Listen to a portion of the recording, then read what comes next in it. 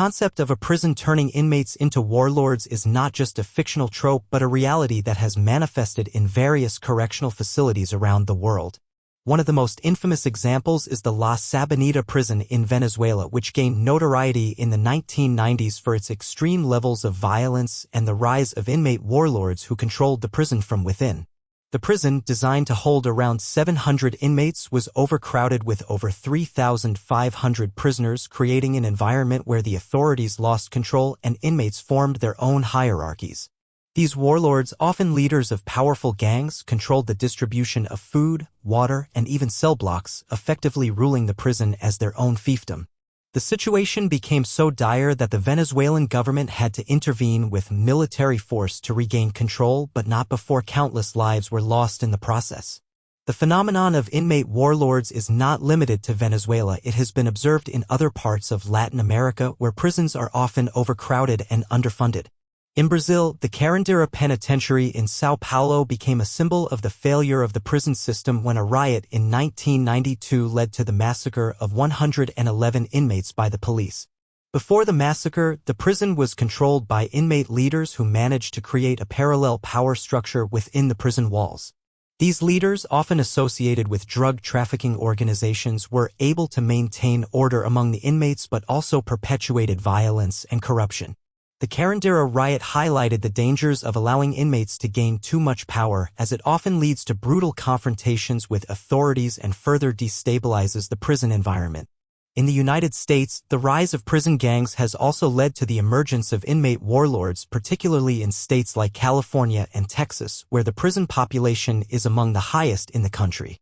The California prison system, for example, has long been dominated by gangs such as the Aryan Brotherhood, the Mexican Mafia, and the Black Guerrilla family.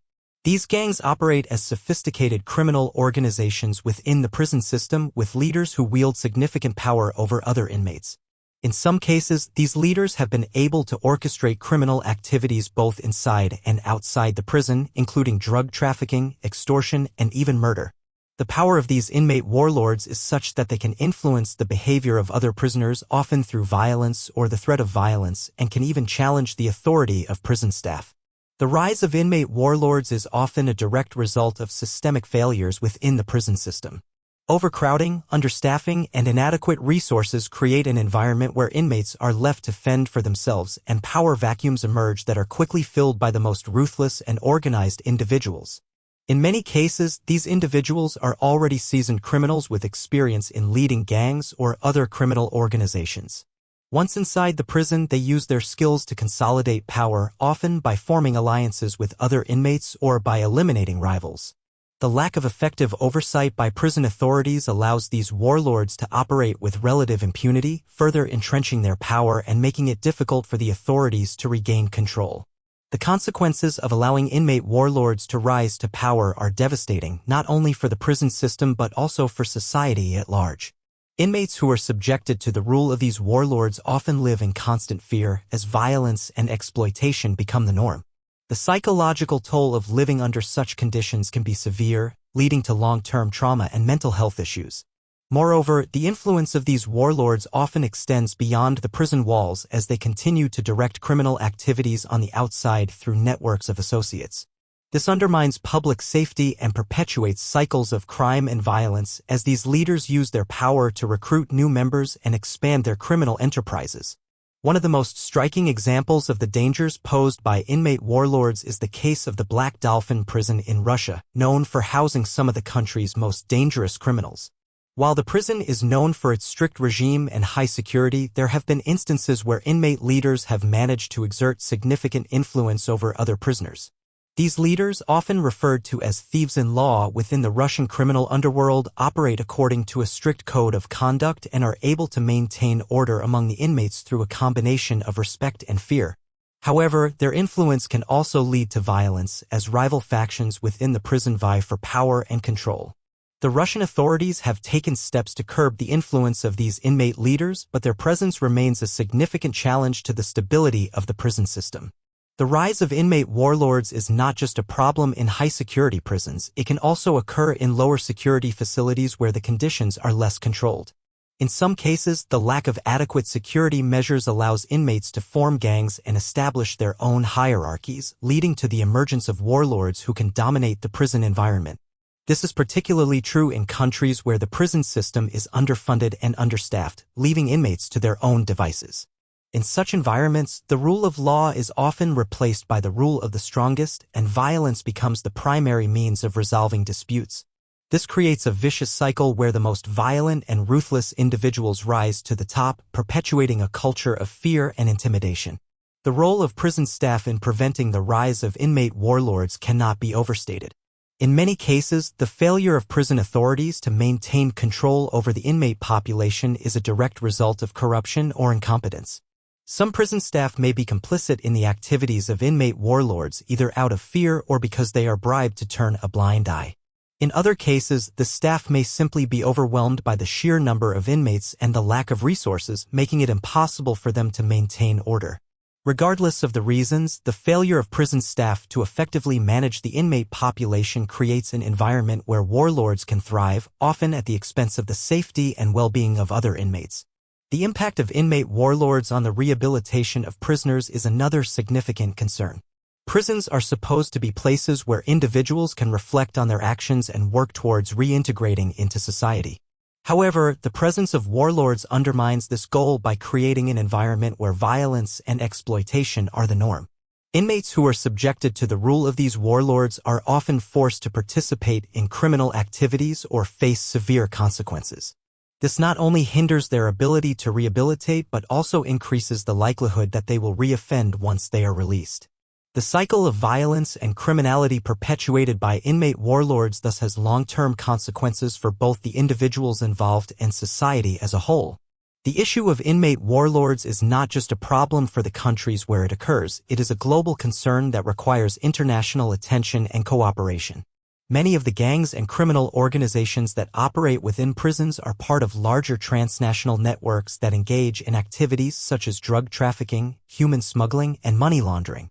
The influence of these organizations extends beyond national borders, making it difficult for any single country to address the problem on its own.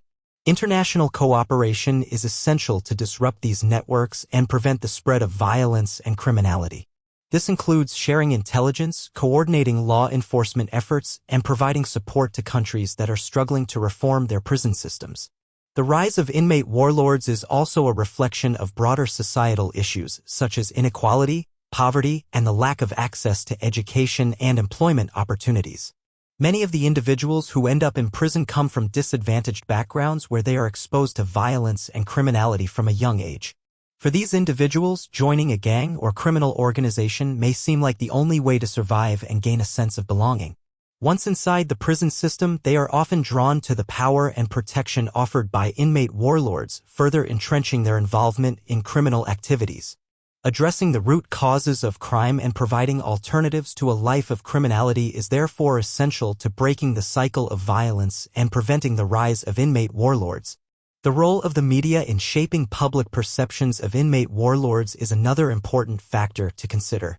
In many cases, the media tends to sensationalize the activities of these individuals, portraying them as larger-than-life figures who wield immense power and influence. While this may make for compelling stories, it can also glamorize the lifestyle of these warlords and make it more appealing to vulnerable individuals. This is particularly true in cases where the media focuses on the wealth and status achieved by these individuals rather than the violence and exploitation that underpin their power.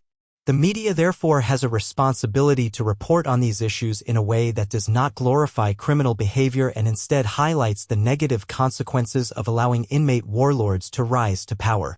The rise of inmate warlords is also a reflection of the failure of the justice system to effectively address the root causes of crime and provide meaningful rehabilitation opportunities for offenders. In many cases, the focus of the justice system is on punishment rather than rehabilitation, leading to overcrowded prisons where inmates are left to their own devices. This creates an environment where the most ruthless and organized individuals can rise to power, often at the expense of the safety and well-being of other inmates. To address this issue, there needs to be a shift in focus towards rehabilitation and reintegration, with an emphasis on providing inmates with the skills and support they need to lead productive lives once they are released. The The role of technology in addressing the issue of inmate warlords is another important consideration. Advances in surveillance and monitoring technology have the potential to significantly improve the ability of prison authorities to maintain control over the inmate population. For example, the use of CCTV cameras, biometric scanning, and other forms of electronic monitoring can help to detect and prevent the activities of inmate warlords before they escalate into violence. However, the use of technology must be balanced with the need to respect the rights and dignity of inmates and should not be used as a substitute for meaningful human interaction and support. The rise of inmate warlords is also a reflection of the broader issue of corruption within the prison system. In many cases, the failure of prison authorities